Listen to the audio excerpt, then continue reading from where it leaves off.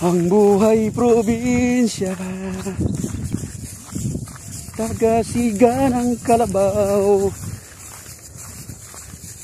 taga-pagpainom at taga-pagsilong.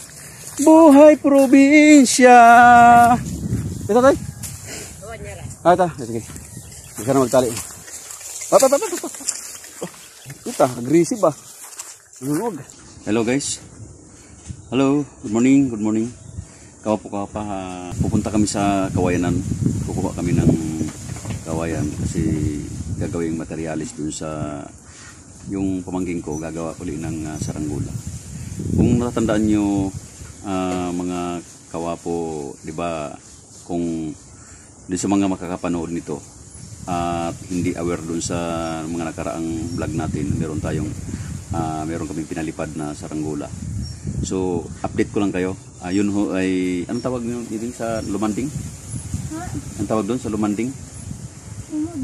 Bumaba. So, yung kasing saranggula na yun, mga kawapo-kawapa, simula nung pinalipad namin yun, pinalipad namin ng Huwebes ng hapon.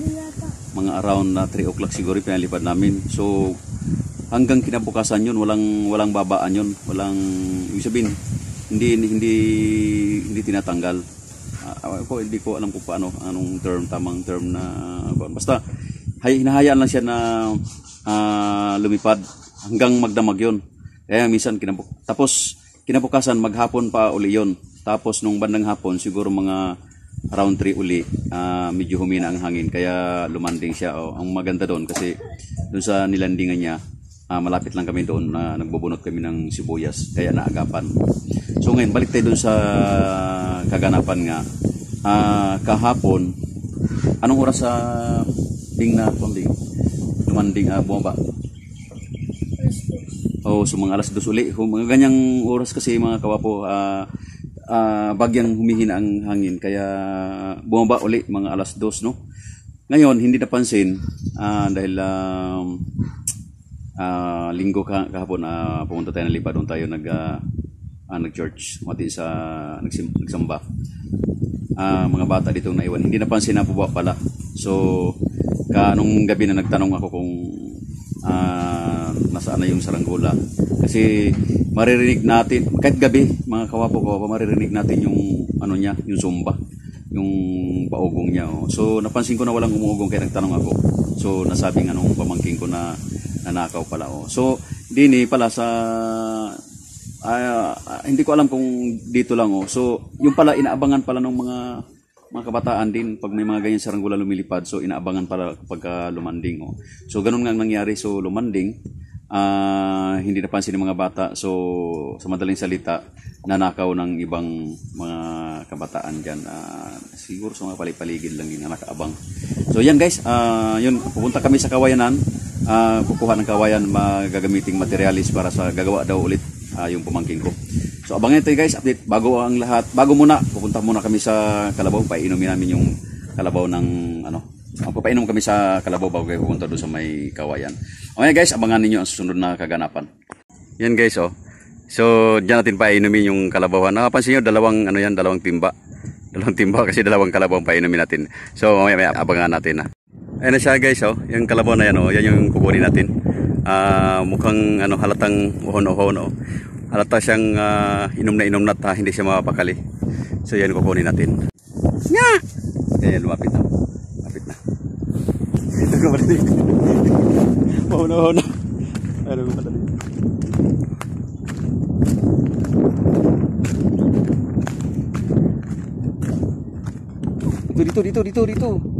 Dito. Paano ba ito? Dito. Ayan guys, tumae. Tara. Tumae pala kayo pala.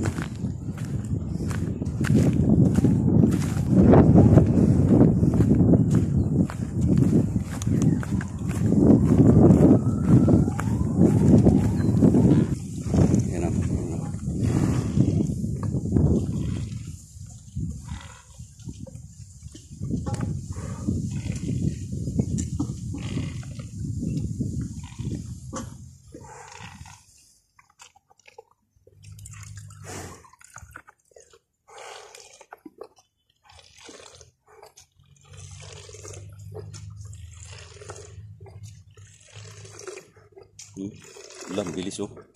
Okay, so. Lapit tumabos oh. Tingnan lang. Oh no way.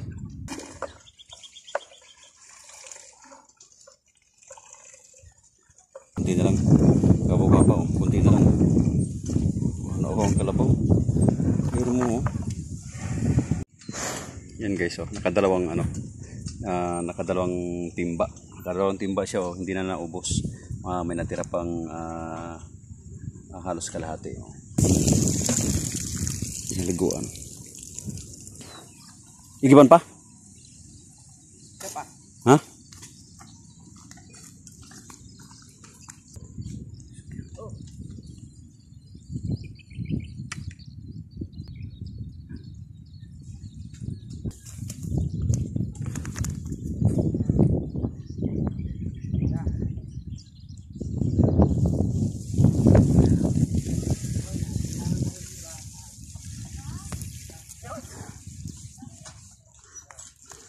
Ayan na uminom.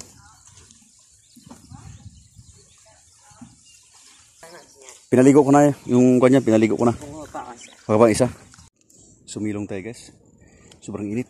Habang nag-iipa si Kendry ng tubig.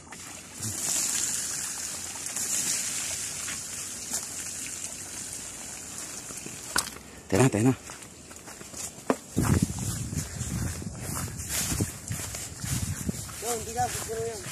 Dito. Ba, nag-wild ah.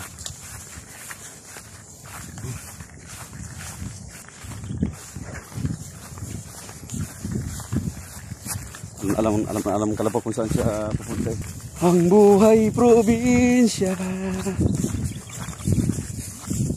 taga-siga ng kalabaw,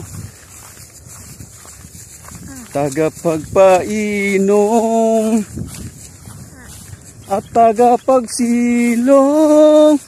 Buhay probinsya. Ito tayo. Ito. Sige. Hindi ka na magtali. Ito, aggressive ah. Huwag. Oh, malapit na pa. Malapit ang umanak. Maga pala na ang kanyan to. Oh? Buhay probinsya, si Kawapo. Buhay probinsya, simple lang pero masaya.